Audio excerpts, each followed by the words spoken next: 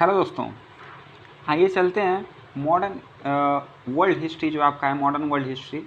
उसमें जो 4 तारीख का आपका पेपर है HIS 203 यानी कि हिस्ट्री 203 का जो आपका पेपर है उसका शॉर्ट रिवीजन करते हैं। चूँकि आपका 4 यूनिट है, ये 4 वीडियो में आपका पूरा रिवीजन हो जाएगा और उससे रिलेटेड कुछ ऑब्जेक्टिव क्वेश्चंस भी करेंगे जिससे कि आपको परीक्षा में परेशानी ना हो। ठीक है, तो सबसे पहले पुनर्जागरण को हम रिवाइज करते हैं, स्टार्ट करते हैं इसको। इसके लिए आपको क्या करना पड़ेगा, पहले मैं आपको कुछ डाटा बताऊंगा, उसको तो आपको याद करना ही करना है, लेकिन उसके पहले कुछ कंसेप्ट भी हैं, ठीक है, जिसको आपको समझना चाहिए। पुनर्जागरण क्या कहलाता है बेसिकली? पुनर्जागरण का अगर आप संधि विच्छेद करेंगे तो फिर से जागना, इसका शाब्दिक अर्थ आएगा पुनः जागना। पुनः जागने का क्या अर्थ है? पहले कभी जगे हुए थे, फिर सो गए और फिर जगे हैं। ठीक है, यानी कि आपने रोमन साम्राज्य का नाम सुना होगा। रोमन साम्राज्य जो कि 1 से 4वीं शताब्दी के बीच में फला फूला था और बहुत महान साम्राज्य के रूप में उभरा था। ठीक है, लेकिन धीरे धीरे इसका पतन होता चला गया और लगभग 14वीं 15वीं शताब्दी तक इसका कोई अता पता नहीं चला। लेकिन धीरे धीरे जब 14वीं 15वीं शताब्दी में कुछ ऐसे कारण हुए जिसकी वजह से वहाँ की लोगों में यह संचार हुआ, ये भावना उत्पन्न हुई कि हमारा जो प्राचीन इतिहास है वो कितना महान था, और इसकी वजह से वहाँ के लोग पुनः जो है अपनी संस्कृति की तरफ वापस लौटे और वहाँ पे तार्किकता का जन्म हुआ। ठीक है, तो इसी घटना को हम पुनर्जागरण का नाम देते हैं। ठीक है, अब आइए समझते हैं, इसको पढ़ते हैं, फिर आपको अच्छे से समझ में आएगा। ठीक है, अधिकांश विद्वान यूरोप में आधुनिक युग का आरंभ 1453 से मानते हैं, जबकि तुर्कों ने कुस्तुनतुनिया पर अधिकार किया था। ठीक है, तो कुस्तुनतुनिया कहाँ पे, ये भी आपको मैं दिखाऊंगा। तुर्कों से बचकर कई यूनानी विद्वान अपने ग्रंथों के साथ इटली पहुँचे। इटली एवं यूनानियों के मेल ने यूरोप का सांस्कृतिक परंपराओं को एक नवीन दिशा, गति एवं अर्थ दिया। इटली में ही सर्वप्रथम यूरोपीय पुनर्जागरण हुआ। ठीक है, कुछ लोगों का प्रश्न ये भी रहता है कि इटली में ही क्यों पुनर्जागरण का जन्म हुआ, तो आइए अब इसको समझने की कोशिश करते हैं। आप यहाँ पे देख सकते हैं, अगर आप इस मैप को देखें, ठीक है, तो मैप को जब आप देखेंगे तो ये जो पूरा एरिया है इतना, ये सारा यूरोप है। इधर आप आएंगे तो ये एशिया में आ जाएगा और इसके नीचे ये अफ्रीका है। ठीक है, तो ये बेसिकली मैं यहाँ पे यूरोप का ही मैप लेके आया हूँ। ठीक है, तो यहाँ पे समझाने का क्या मैं प्रयास कर रहा हूँ, ये है आपका टर्की। ठीक है, टर्की जिसको हम तुर्की भी कहते हैं, और इससे ही जुड़ा है यहीं पे, ये यूरोप से जुड़ा हुआ है। एशिया और यूरोप को जो जोड़ता है वो तुर्की ही है। ठीक है, तो चूँकि जब पहले व्यापार होता था तो यूरोपवासी जो कि यहाँ पे जो लोग रहते थे, इस वाले एरिया में जो लोग रहते थे, वो एशिया से जब व्यापार करते थे तो इसी रास्ते से करते थे, इसी माध्यम से करते थे। ठीक है, स्थल मार्ग से। लेकिन जब तुर्की पर कुस्तुनतुनिया का अधिकार हो गया, कुस्तुनतुनिया एक साम्राज्य था। ठीक है, कुस्तुनतुनिया भी एक साम्राज्य था जो कि बहुत वेजेंटाइन साम्राज्य के अधीन था वो। ठीक है, कुस्तुनतुनिया ये भी एक बहुत बड़ा साम्राज्य था। तो जब कुस्तुनतुनिया का तुर्कों पर अधिकार हो गया तो उसके बाद जो यहाँ के लोग थे वो यहाँ से अपने जो महान ग्रंथ थे वो यहाँ से लेके इटली पहुँचे। अब आप सोचेंगे इटली क्यों पहुँचे, यहाँ पे देखिए, जो यहाँ के लोग हैं वो इटली पहुँचे। इटली आप यहाँ पे पाएंगे, और ये जो बीच का क्षेत्र है, ये जो आप देख रहे हैं, ये और पूरा ये वाला एरिया, ये जो पूरा एरिया है ये भूमध्य सागर कहलाता है। ठीक है, तो उस समय 1453 ईस्वी में ये सारा घटना घट रहा है। ठीक है, तो 1453 ईस्वी में सबसे जो आसान जो परिवहन था वो था नौवाहन, मतलब नाव से यात्रा करना। ठीक है, तो नाव से यात्रा करने के लिए जो यहाँ के लोग थे, यूनान के ही लोग यहाँ पे आके बसे थे अपने पुस्तकों के साथ, अपने पुरानी रीति रिवाजों के साथ। तो ये लोग वहाँ से निकल के इटली पहुँचे इसी रास्ते। ठीक है, जलमार्ग से होकर इटली पहुँच गए। तो अधिक से अधिक लोग इटली पहुँचे, जिससे कि यहाँ की जो पुरानी संस्कृति थी पुनः यहाँ पे लौट आई। यहीं पे थी पहले यूनानी जो रोमन साम्राज्य था, पहले यहीं पे था, इटली में ही। ठीक, अब हम समझते हैं कि यहाँ पे इसीलिए यह इटली में ही सबसे पहले पुनर्जागरण का जन्म होता है, क्योंकि यहाँ से लोग जो किताबें वगैरह, अपनी विचारधारा वगैरह जब लेके आए तो कुछ विद्वान यहाँ पे लोगों के अंदर तार्किकता का जन्म हुआ। ठीक है, और एक कारण ये भी था कि चूँकि ये इधर से व्यापार अब बंद हो चुका है, तो अब लोग जो है नए नए मार्गों की खोज करेंगे, नए नए चीज़ों की खोज करेंगे। तो उसकी वजह से क्या होगा, नए नए विचारों का आदान प्रदान होगा, जिससे कि तार्किकता और लोगों में सोचने की क्षमता का विकास होगा। ठीक है, चलिए आगे देखते हैं। कहाँ पे हम थे कि सर्वप्रथम इटली में यूरोपीय पुनर्जागरण हुआ। कुस्तुनतुनिया पर तुर्कों ने अधिकार कर यूरोप का स्थल मार्ग से पूर्वी देशों के साथ व्यापार बंद कर दिया, अतः यूरोपीय देशों ने पूर्वी देशों की ओर जाने के लिए समुद्री मार्ग की खोज प्रारंभ कर दी। ठीक है, समुद्री मार्ग के लिए अब खोजें प्रारंभ हो गई। दिशा सूचक यंत्र कुतुबनुमा, दिशा सूचक यंत्र को कुतुबनुमा कहते हैं, एवं एस्ट्रोलैब ने समुद्र मार्ग की खोज में काफ़ी सहायता की। ठीक है, तो जो समुद्री मार्ग है, समुद्र में एक चीज़ आपको बहुत आवश्यकता पड़ेगी, उसकी वो पड़ेगी दिशा जानने की कि हम किस दिशा में जा रहे हैं, तो उसके लिए कुतुबनुमा और एस्ट्रोलैब इन दोनों ने बहुत अधिक सहायता प्रदान की। कंपास का ज्ञान यूरोपवासियों ने अरबों से सीखा। कंपास जो इस समय भी आप देखते हैं। कुतुबनुमा एवं बारूद का आविष्कार चीन से सीखा। ठीक है, ये आपके फैक्चुअल क्वेश्चन आ सकते हैं, इसलिए ये पढ़ना आवश्यक भी है। आगे चलते हैं। छापे खाने का आविष्कार 1460 ईस्वी में जर्मनी के गुटेनबर्ग में किया था। ठीक है, जर्मनी के गुटेनबर्ग ने। ये आपके क्वेश्चन में पूछा सकता है कि छापे खाने का आविष्कार किसने किया था, तो गुटेनबर्ग ने किया था। कब किया था, 1460 ईस्वी में किया था। अभी इसी से रिलेटेड मैं आपको ऑब्जेक्टिव क्वेश्चन भी कराऊंगा, जिससे कि आपका एक बार एक्सरसाइज हो जाएगा। इससे साहित्य के सृजन में सहायता मिली और बौद्धिक आंदोलन को गति मिली।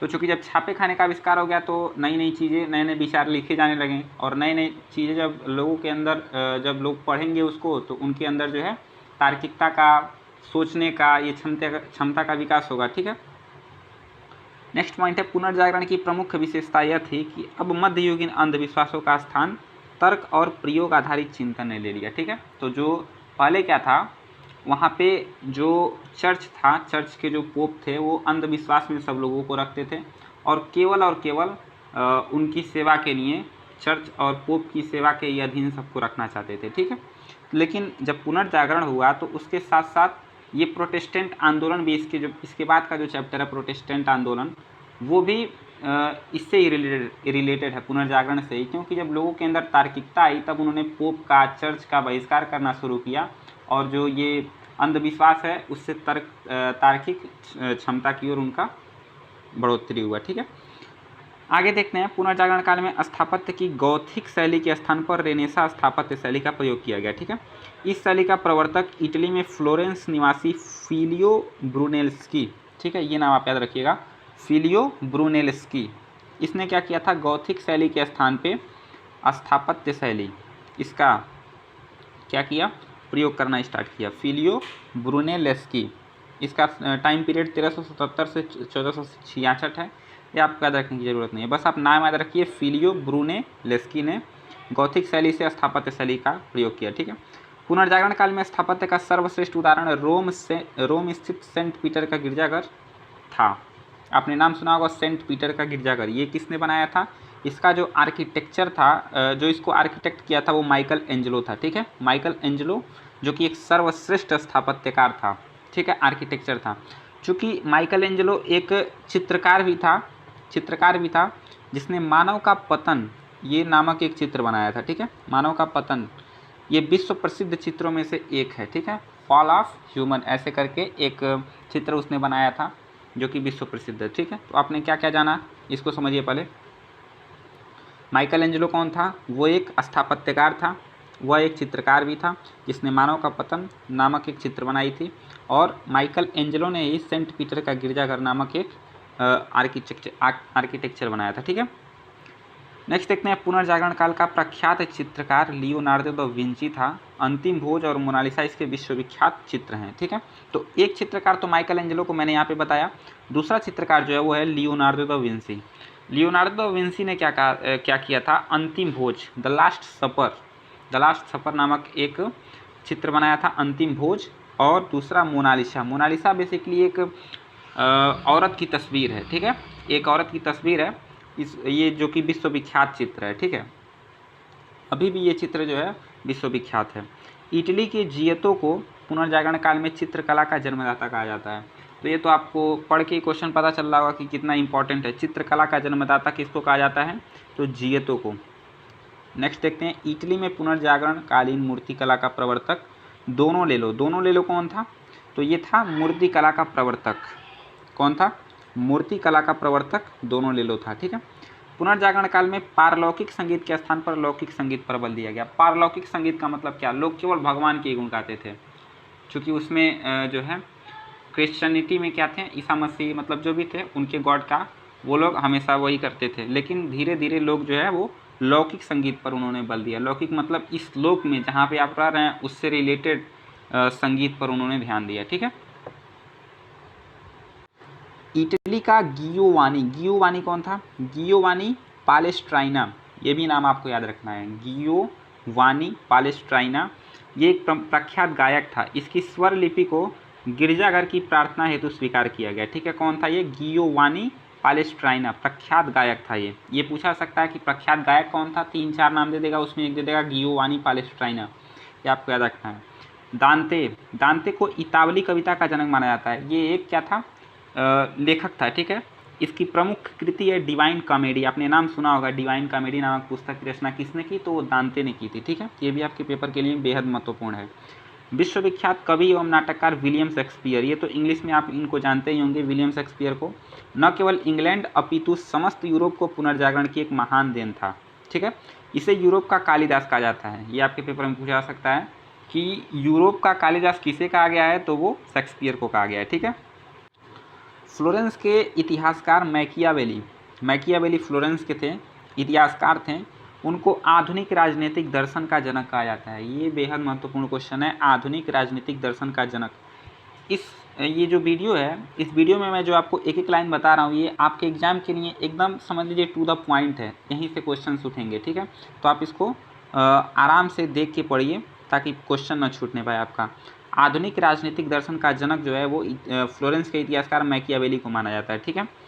इनकी सर्वप्रसिद्ध कृति द प्रिंस किसने लिखा है? तो वो मैकियावेली ने लिखा है। ठीक है, ये क्वेश्चन आपके पेपर में पूछा सकता है। मैकियावेली को यूरोप का चाणक्य कहा जाता है। मैकियावेली को यूरोप का चाणक्य कहा जा सकता है।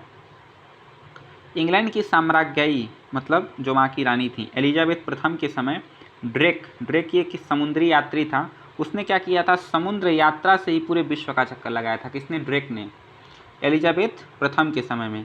तो उसके लिए उसे नाइट की उपाधि प्रदान की गई थी। पोलैंड के वैज्ञानिक कोपरनिकस ने 1473-1443 ईस्वी, तो कोपरनिकस ने सबसे पहले ये बताया था कि पृथ्वी अपनी धुरी पर घूमती है और सूर्य उसकी परिक्रमा करता है। अब बताइए, लोगों के अंदर इतना अभिज्ञान नहीं था कि लोगों को ये पता रहे कि मतलब पृथ्वी घूमती है सूर्य के चारों ओर या सूर्य घूमता है पृथ्वी के चारों ओर। ठीक है, तो यहाँ पे 15वीं शताब्दी में आके लोगों को पता चला, कोपरनिकस ने बताया कि जो पृथ्वी है वो घूमती है सूर्य के चारों तरफ। ठीक है, ये तो था आपका पहले चैप्टर का एक क्रक्स। ठीक है, अब हम देखते हैं इसके ऑब्जेक्टिव क्वेश्चन। सबसे पहला क्वेश्चन है, यूरोप में कुस्तुनतुनिया पर तुर्कों की विजय के समय से आधुनिक युग का आरंभ माना जाता है। तुर्कों ने यह विजय कब प्राप्त की? तो 1453 ईस्वी में। ठीक है, ऑप्शन सी आपका सही हो जाएगा। दूसरा क्वेश्चन है, पुनर्जागरणकालीन स्थापत्य का सर्वश्रेष्ठ उदाहरण रोम स्थित सेंट पीटर का गिरजाघर था। ठीक है, सेंट पीटर गिरजाघर मैंने आपको ये बताया है। इसके निर्माण का श्रेय किस वास्तुविद को जाता है? ठीक है, तो ये सेंट पीटर गिरजाघर किसने बनाया था? तो माइकल एंजेलो ने बनाया था। ठीक है, आप इस पे ध्यान मत दीजिए, जो इस पे टिक लगा हुआ है, मैं जो बता रहा हूँ उस पर ध्यान दीजिए। तो सेंट पीटर गिरजाघर का जो आर्किटेक्चर था वो किसने बनाया था? तो माइकल एंजेलो ने। ठीक, तीसरा क्वेश्चन है, पुनर्जागरण कालीन का एक महान वास्तुविद होने के साथ साथ एक प्रमुख चित्रकार एवं मूर्तिकार कौन था? तो यहाँ पे आपको लग रहा होगा कि माइकल एंजेलो होगा, लेकिन यहाँ पे राफेल भी चित्रकार भी था, मूर्तिकार भी था, इसी तरह लियोनार्डो दा विंसी भी था और माइकल एंजेलो भी था। ठीक है,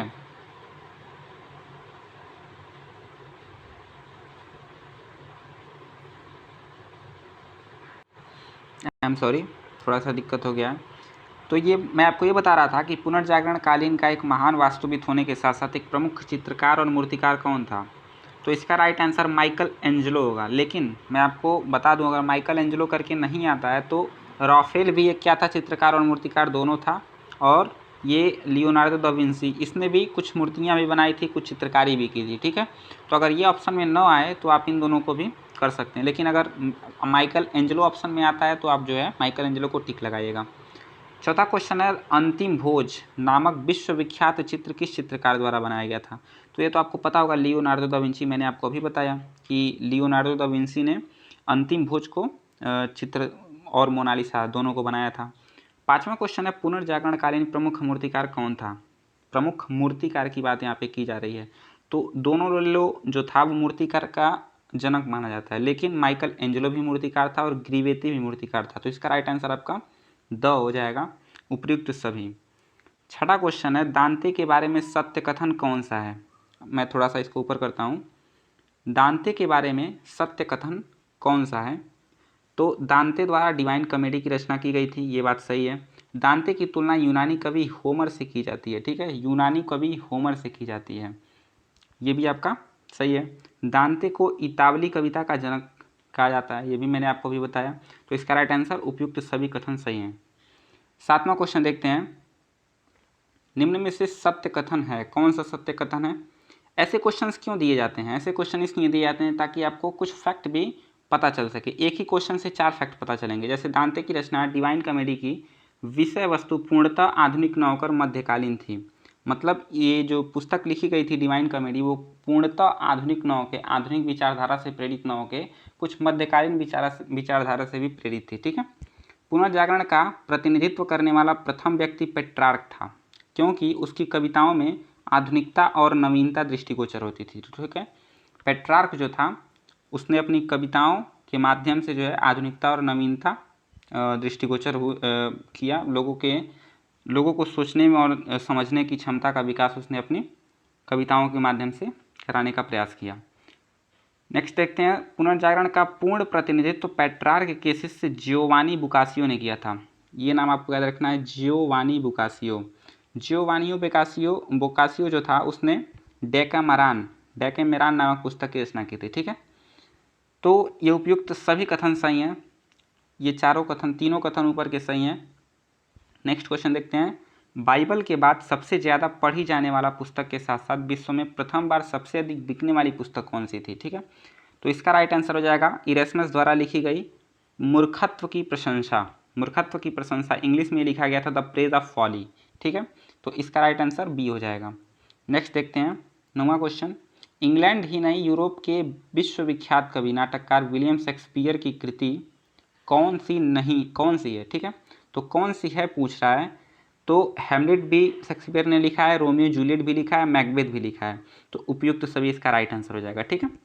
10वां क्वेश्चन है, आधुनिक युग का पुनर्जागरण युगीन प्रमुख राजनीतिक चिंतक था, कौन था? तो राइट आंसर आपका बी हो जाएगा, मैकियावेली। राजनीतिक दर्शन का जनक भी इसको कहा जाता है, मैंने आपको बताया अभी, मैकियावेली, ठीक है। अब देखते हैं, बारूद एवं कुतुबनुमा का आविष्कार सर्वप्रथम कहाँ हुआ था, ठीक है। मैंने अभी आपको बताया कि बारूद और कुतुबनुमा ये दोनों कहाँ पे हुआ था? चीन में, ये आपका चीन में।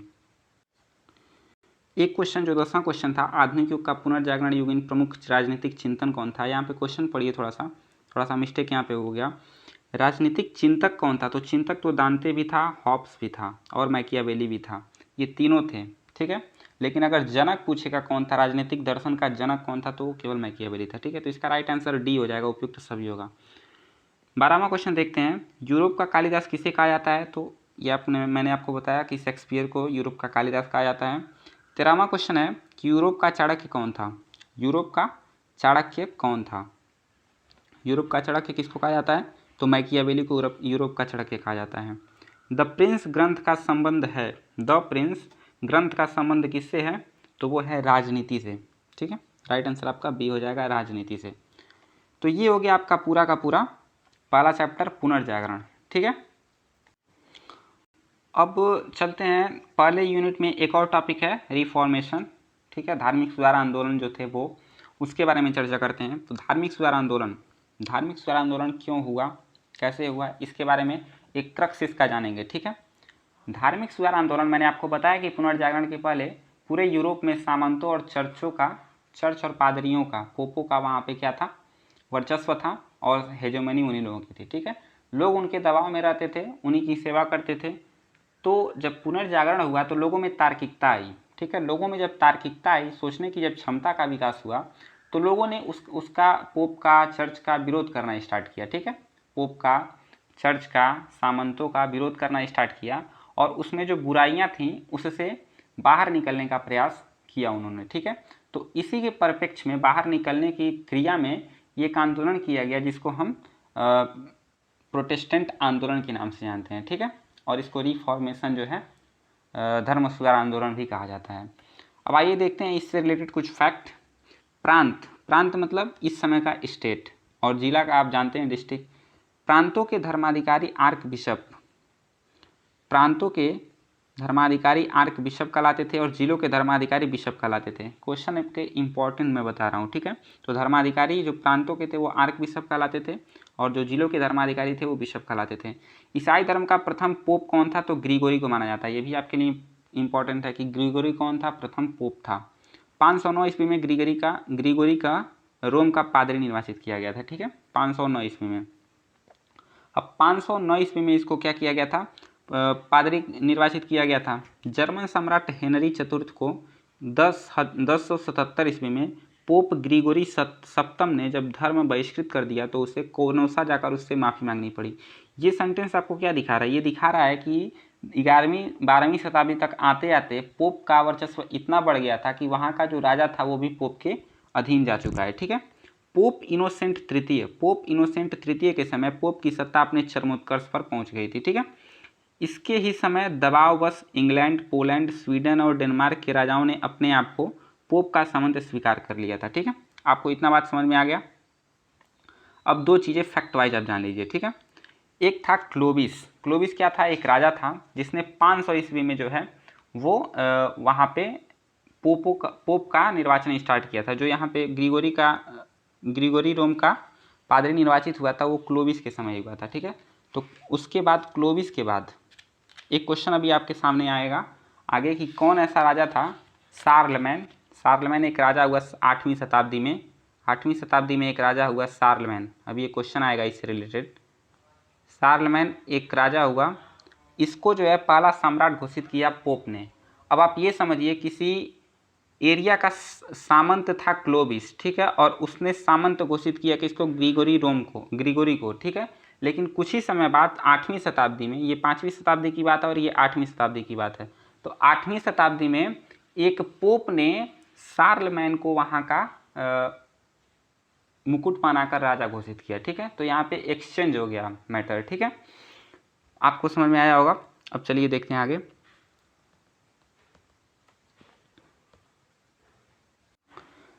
आय का दशमांश का मतलब होता था टाइथ कर, मतलब 1/10 भाग। अनुष्ठान संस्कार, पोप मोचन पत्रों की बिक्री, चर्चों के पदों की बिक्री और पवित्र वस्तुओं का दर्शन चर्च की आय का प्रमुख साधन था, ठीक है। तो चर्च जो है इससे कमाई करता था, ठीक है। दशमांश लेता था, टाइथ कर लेता था, अनुष्ठान संस्कार उससे भी कमाता था।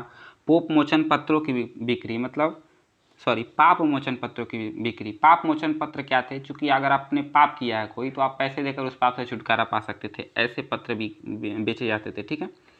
वार्नर एवं मार्टिन के अनुसार धर्म सुधार पोप पद की सांसारिकता एवं भ्रष्टाचार के विरुद्ध एक नैतिक विद्रोह था, ठीक है। तो जो ये प्रोटेस्टेंट आंदोलन हुआ वो क्या था? एक पोप के पद की सांसारिकता और भ्रष्टाचार के विरुद्ध एक क्या था? नैतिक विद्रोह था, ठीक है। नेक्स्ट है इंटरडिक्ट नामक विशेषाधिकार के तहत पोप सभी गिरजाघरों को बंद करने का आदेश दे सकता था। तो ये आपको याद रखना है, इंटरडिक्ट नामक एक विशेषाधिकार था पोप को, जो कि जन्म, विवाह और मृत्यु के समय पर भी प्रतिबंधित नहीं किए जाते थे, प्रतिबंधित हो जाते थे, ये जब लग जाता था इंटरडिक्ट नामक विशेषाधिकार। तो एक्स कम्युनिकेशन, ये भी एक विशेषाधिकार था जो पोप किसी भी देश के राजा को ईसाई धर्म से च्युत कर सकता था। च्युत मतलब होता है उसको वहाँ से हटा सकता था, ठीक है। हॉलैंडवासी इरेस्मस ने अपनी विश्व प्रसिद्ध कृति मूर्खत्व की प्रशंसा, मैंने जो आपको बताया अभी पीछे, मूर्खत्व की प्रशंसा द्वारा सबसे अधिक जो बाइबल के बाद दूसरी सबसे अधिक बेचे जाने वाली और सबसे अधिक पढ़ी जाने वाली पुस्तक थी मूर्खत्व की प्रशंसा, चर्च की बुराइयों को उजागर किया। हॉलैंडवासी इरेस्मस की पुस्तक मूर्खत्व की प्रशंसा ने। मार्टिन लूथर का जन्म 10 नवंबर 1483 में जर्मनी के एक ग्राम आइबेन में हुआ था। एक टॉपिक और भी आपके सिलेबस में है कि मार्टिन लूथर की क्या भूमिका है, तो आपको इतना काफ़ी रहेगा, इतना आप जानिए कि जो मार्टिन लूथर था उसका जन्म जर्मनी में हुआ था। कब हुआ था? 1483 ईस्वी में हुआ था। कभी कभी ईयर भी पूछ देता है। 1483 ईस्वी में हुआ था। ग्राम कौन सा था? आइबेन था, जर्मनी में। उसके द्वारा स्थापित धर्म प्रोटेस्टेंट धर्म और आंदोलन प्रोटेस्टेंट आंदोलन कहलाया, ठीक है। तो ये कुछ फैक्ट थे मार्टिन लूथर के बारे में।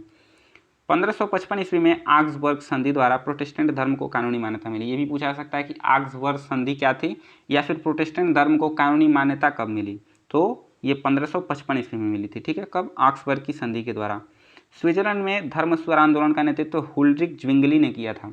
अब चूंकि अलग अलग स्टेट थे तो जो स्विट्जरलैंड था वहाँ पे जो धर्म सुधार आंदोलन का नेतृत्व था वो हुल्ड्रिक ज्विंगली ने किया था, ठीक है। उसके बाद उसका नेतृत्व जॉन कॉल्विन द्वारा संभाला गया। जॉन कॉल्विन किसके बाद? हुल्ड्रिक ज्विंगली के बाद जॉन कॉल्विन आया, ठीक है। नेक्स्ट देखते हैं, कॉल्विन अत्यधिक लोकप्रिय था, उसे प्रोटेस्टेंट पोप भी कहा जाने लगा, ठीक है। ये कॉल्विनवाद कई मायनों में लूथरवाद से भी अधिक लोकप्रिय था, ठीक है। ये आपको समझ में आ रहा होगा।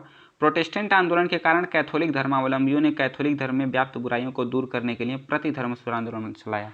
तो जब इतना विरोध होने लगा कैथोलिक धर्म का, मैं आपको बता दूं कि दो धर्म थे, ईसाई में दो पार्ट थे, एक कैथोलिक धर्म जिसमें व्याप्त बुराइयां एकदम भरी पड़ी हुई थी, और एक जो बना वो प्रोटेस्टेंट बना, ठीक है।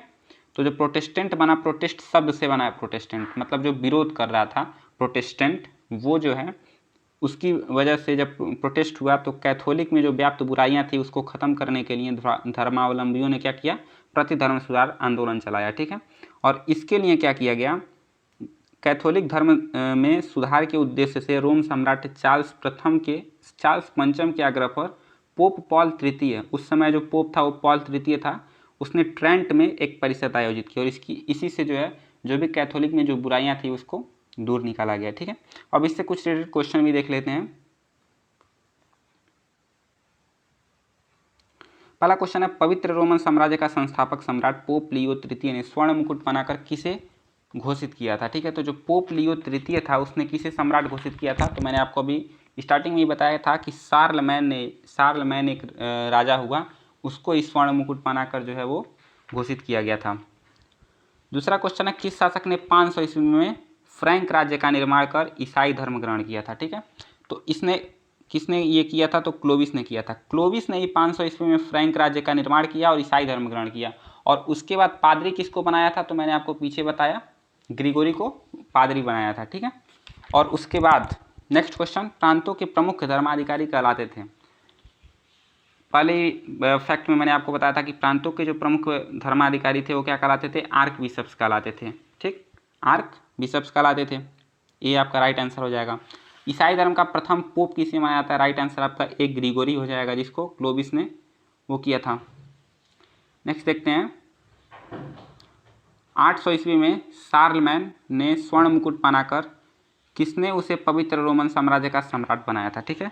तो इसका जो राइट आंसर हो जाएगा वो पोप लियो तृतीय, आपका राइट आंसर बी हो जाएगा, पाँचवें का बी हो जाएगा।